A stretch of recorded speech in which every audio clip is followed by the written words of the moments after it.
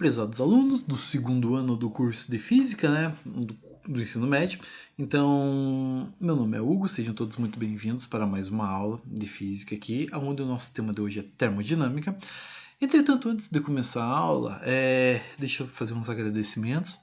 Houve alguns estudantes que me ajudaram ao longo dessa semana, que foi uma semana bem tortuosa e difícil para mim, com meu pai basicamente estando internado, indo para UTI, dois tios meus vindo a simplesmente deixar a nossa família. Então, assim, foi uma coisa bem complicada. Essa semana foi bem difícil.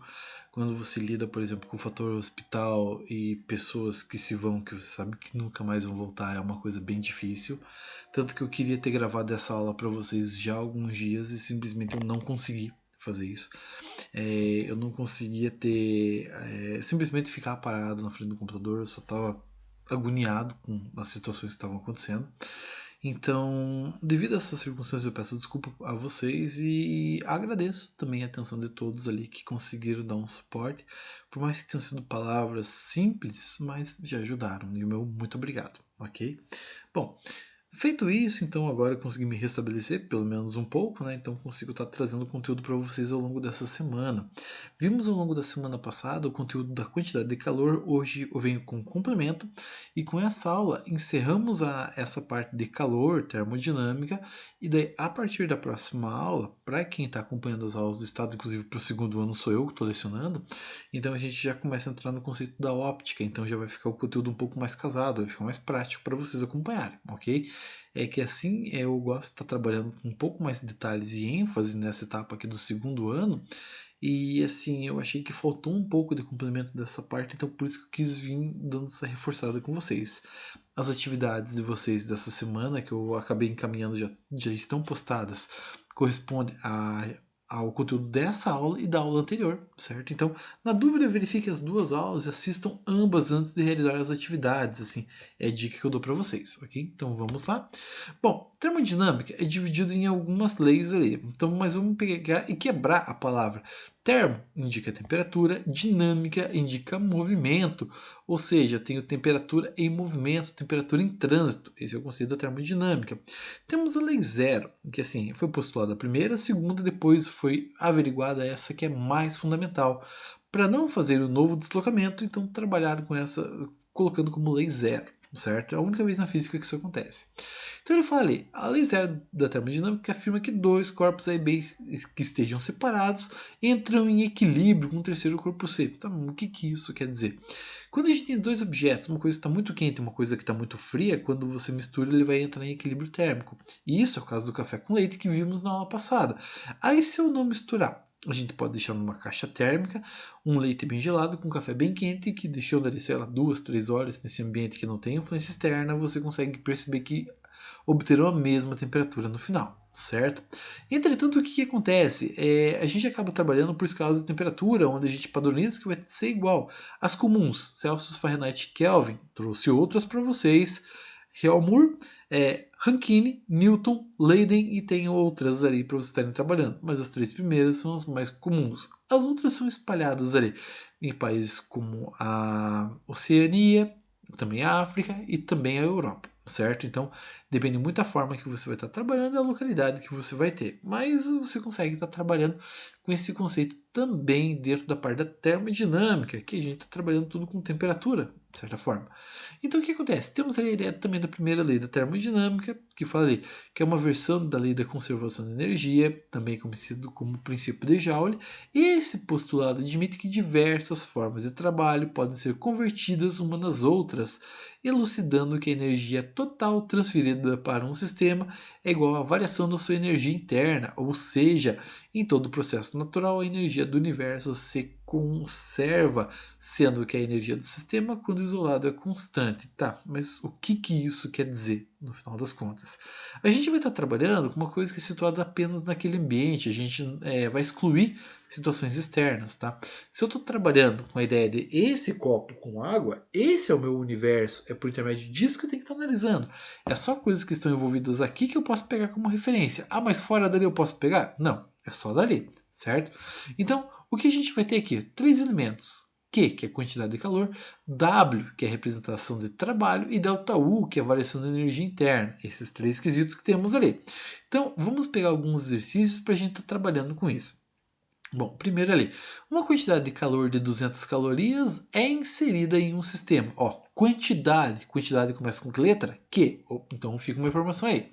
Sabendo que a variação da energia interna é de 185 calorias, ou simplesmente representada por cal, qual é o trabalho realizado por esse gás? Então vamos lá. Quantidade de calor 200, trabalho, que é o W, eu não sei, ΔU vale 185. Colocando os dados na equação, vai ficar 200 igual a W mais 185. Pegando aquele 185 e jogando para o outro lado, ele passa então a ficar negativo. E o nosso trabalho ali é de 15 calorias. Quando tem trabalho realizado, indica que ou há expansão térmica ou há contração térmica. Na expansão térmica, então esse componente vai ganhar um espaço um pouco maior. Então o que acontece? Ele expandiu, o trabalho realizado é positivo. Se ele contrai, o que acontece? O trabalho é dito negativo, apareceria um sinal de menos ali. Ah, professor, mas aonde que eu vejo isso, essa ideia?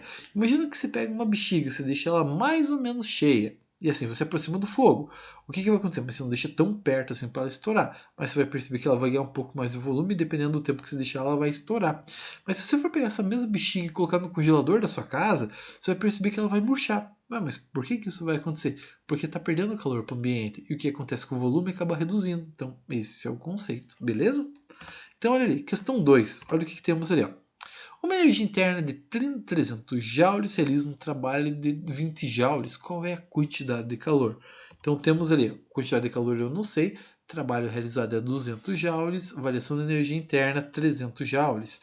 Então ele quer saber ali quanto que vai ser a nossa variação a nossa quantidade de calor. Muito bem, percebo que a nossa unidade de medida aqui está um pouquinho diferente, é joule, não é caloria. Mas como todo mundo está em joule, a gente consegue fazer a conta. E vai ficar ali 20 mais 300, que dará então 320 joules. Por que eu quis fazer essa abordagem? Justamente por causa disso. Uma caloria equivale a 4,18 joules. Esse é padrão de conversão. Ah, mas se eu quiser converter, o que eu vou ter que fazer? Uma regra de 3, certo? Então fica a dica para vocês ali. Então, olha o que ele vai pedir para a gente estar abordando ali. Uma energia interna de 200 joules realiza um trabalho de 160 calorias. Qual é a quantidade de calor em calorias? Então vamos lá. Primeira coisa, eu vou ter que converter. Como que eu vou ter que fazer? Já que eu estou trabalhando de joules para caloria, coloca naquele sistema e frisa uma regrinha de 3. Uma caloria vale 4,18. 836 joules equivale a quantas calorias? X. Quando você faz o desenvolvimento cruzado, vai ficar no final das contas ali 1 vezes 836, que é igual a 4,18x. Esse 4,18 que está multiplicando passa dividindo, ao qual teremos ali 836 divididos por 4,18, chegando então em 200 calorias, certo? Por que eu converti para caloria? Porque o nosso exercício pede o nosso resultado final em calorias, certo? Então é isso que a gente tem como referência. O que eu faço então? Agora aplico na equação Q igual a W mais ΔU, 160 mais 200, isso equivale então ali a 360 calorias, ok? Vamos avançar. Temos ali também algumas transformações que acabam aparecendo na primeira lei. A primeira delas ali é chamada de isobárica. Iso é igual a bárica é pressão, onde teremos ali que a pressão acaba sendo constante. E o que acontece ali? O volume do gás aumenta, ele realiza trabalho sobre o meio externo, ou seja, ele expande. E aqui, ou o volume diminui e o meio externo realiza um trabalho sobre ele se contrai. O que é o meio externo? Coloque as suas mãos ao redor de uma bexiga. Se a bexiga começa a encher, o que acontece com as suas mãos? Vão se afastar. Então ela vai estar garantindo que tem esse afastamento. Então a bexiga está fazendo o trabalho. Você é o ambiente externo. Agora, quando ela murcha, se você começa a apertar, o que vai acontecer? Então você, o ambiente externo, está realizando um trabalho. O que vai acontecer com o volume? Vai reduzir, certo? Esse é o contexto. Tá? A transformação temos também ali é definida como isovolumétrica, um segundo contexto, onde iso é igual volumétrica é volume, ele pode ser chamado isométrica ou isocórica, que é a mesma coisa, então não há alteração do volume, e o que acontece? O trabalho realizado é nulo, você depende de ter basicamente de movimentação, se você tiver movimentação existe trabalho, se não tiver não existe, e teremos ali que a quantidade de calor é convertida integralmente para variação da energia interna, ou vice-versa, tá? Inserir o calor aumenta a energia interna. Como que eu consigo perceber isso? Uma panela fervendo, quanto mais fogo você vai colocar, mais ela vai ferver, ou basicamente mais ela vai vaporizar. Então esse é o contexto, tá?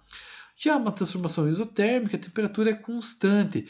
E nessa ideia da temperatura se manter constante, a variação da energia interna é nula. Isso quer dizer o quê? Os átomos eles não vão se movimentar mais rápido ou mais devagar. Eles estão naquele padrão. Por quê? A temperatura não mudou. Então o que acontece? Se a temperatura não muda, então o que teremos aí? Basicamente o nosso ΔU ele simplesmente desaparece e teremos ali que a quantidade de calor é exclusivamente convertida para trabalho. Então, se você aumenta a quantidade de calor, o que vai acontecer? O trabalho está aumentando. Ah, mas aonde que eu verifico isso? Numa ideia meio que sistemática, assim, é hipotética, mas é como se você estivesse calibrando o pneu da sua bicicleta. Então, o que acontece? Você, lógico, ali você vai estar trabalhando com a ideia de pressão, mas o conceito é similar. Como disse, uma ideia bem hipotética, tá? Aonde você vai ter a ideia de uma expansão e essa expansão que você coloca trabalha exclusivamente com o volume. Lógico, aqui a gente vai estar se referindo à quantidade de calor, mas é uma ideia hipotética só para você entender o contexto, certo? Então temos ali alguns enunciados também que acabam aparecendo. Esses enunciados ali de Kelvin Planck, que fala ali, é impossível a construção de uma máquina que, operando em um ciclo termodinâmico, converta toda a quantidade de calor recebida em trabalho. E aqui ele aborda também o enunciado de Clausius. O calor não pode fluir de forma espontânea de um corpo de temperatura menor para um outro de temperatura mais alta. O que isso quer dizer? Estaremos dando o princípio da segunda lei da termodinâmica. E o que ela quer dizer? Que todo trabalho realizado jamais chegará em 100% de eficiência. Por quê? Vamos imaginar um liquidificador. Quando você liga um liquidificador, ele vai triturar os alimentos, ou misturar, que é a função dele. Mas assim, você percebe o barulho, e nesse barulho, o barulho não era para estar acontecendo. Mas acontece. Então, parte da eletricidade que você está jogando nele, ele está convertendo isso basicamente ele para barulho. Mas eu não quero barulho. Pois é, você está perdendo trabalho, está perdendo eficiência, certo? Esse é o contexto. Uma batedeira, mesma coisa. Um aspirador de pó, a mesma coisa. Então, esses são os conceitos que você acaba trabalhando. Por isso, você nunca vai conseguir ter uma máquina térmica que tenha 100% de eficiência. Mas, assim, ó, o nosso primeiro sistema de máquina térmica, ou o básico que a gente tem ali, através da Revolução Industrial, surgiu com o aquecimento da água, a água se tornando vapor e realizando um movimento. Ali a gente pode pegar aquela roda ali como sendo a roda de uma locomotiva. Só que o que era a base para manter o fogo aceso? Carvão. Então isso foi a base da Revolução Industrial. E aí você tem o condensador que refrigera a água e aí você vai estar trabalhando com o fator de pressão, vapor, e você desloca uma locomotiva. Aí isso quer dizer que só vapor de água você consegue empurrar, sei lá, mais de 2.000 toneladas? É bem esse o contexto. Só que você tem que ter uma pressão extremamente grande para fazer isso. Mas o deslocamento pode ocorrer sim, certo?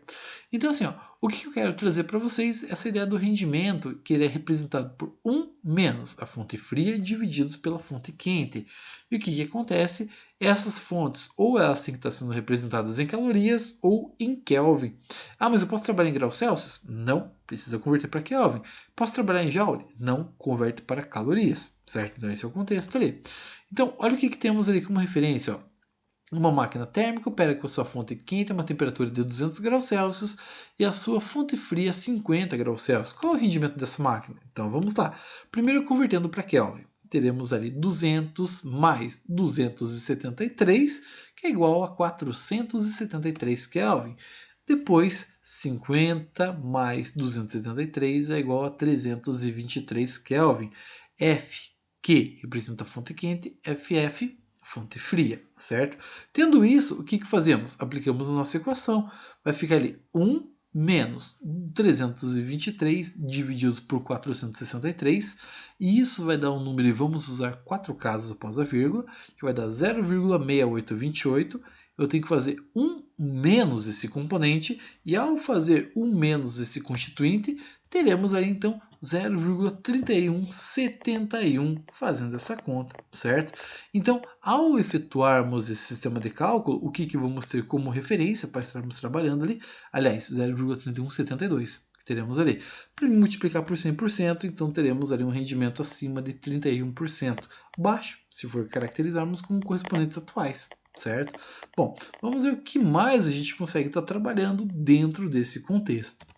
Bom, mais um exercício, olha o que ele fala ali. Uma máquina térmica opera com uma sua fonte quente, uma quantidade de calor de 500 calorias, e sua fonte fria opera com uma quantidade de 200 calorias. Qual é o rendimento dessa máquina térmica? Mesmo conceito, só que olha o que teremos ali. Nessa abordagem que estaremos trabalhando, desculpem, ali no enunciado era para ser 400, não 500. Então, vamos ter ali a quantidade de calor igual a 400 calorias, beleza? Então, vai ficar ali 200 divididos por 400, que vai dar 0,5. 1 menos 0,5, isso vai dar 0,5, que multiplicado por 100%, teremos então 50% de rendimento.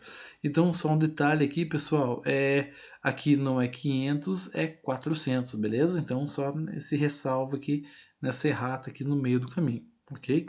Então teremos um rendimento dessa máquina térmica ali de 50%. Então o que acontece? Eu quis trazer para vocês esse contexto aqui que é chamado ciclo de Carnot, aonde temos ali uma ideia do ponto L para o ponto M, uma expansão isotérmica, a temperatura é constante, mas está aumentando o volume, percebam pelos eixos do gráfico, reduziu a pressão e aumentou o volume. Temos ali do ponto M para o ponto N uma expansão adiabática, onde não há troca de calor. Nesse conceito de não ter troca de calor, simplesmente você pode representar esse contexto quando você assopra a sua mão, por exemplo, e você consegue perceber que quanto mais rápido, mais fria vai ficando a sua mão, devido ao seu assopro, certo? Uma característica diabática isso. Do ponto N para o ponto O, o que vai acontecer? Então você está comprimindo esse contexto, e do ponto O para o ponto L, então ali você está tendo uma compressão adiabática também sem ter troca de calor. Então esse é o contexto. Aquele A que aparece ali é definido como área. Se eu tenho um conceito de área, o que vai acontecer? Aquela área que aparece naquela figura meio maluca ali no meio do caminho, aquilo ali vai estar representando o trabalho realizado. E dentro da ideia do trabalho realizado, você consegue estar jogando isso dentro da primeira lei da termodinâmica, por exemplo, e determinar a quantidade de calor que está sendo inserida no sistema, entre outros componentes, ok? Então era isso que eu queria trazer para vocês, para a gente estar fazendo esse fechamento dessa parte aqui da termodinâmica. Então isso, lembrando, vinculado com aquela aula da quantidade de calor que eu passei para vocês a semana passada, isso vincula com uma base para os testes para vocês ao longo dessa semana, ok? Então me despeço aqui de vocês, um grande abraço e mais uma vez muito obrigado pela compreensão ao longo dessa semana, bons estudos e até a próxima semana.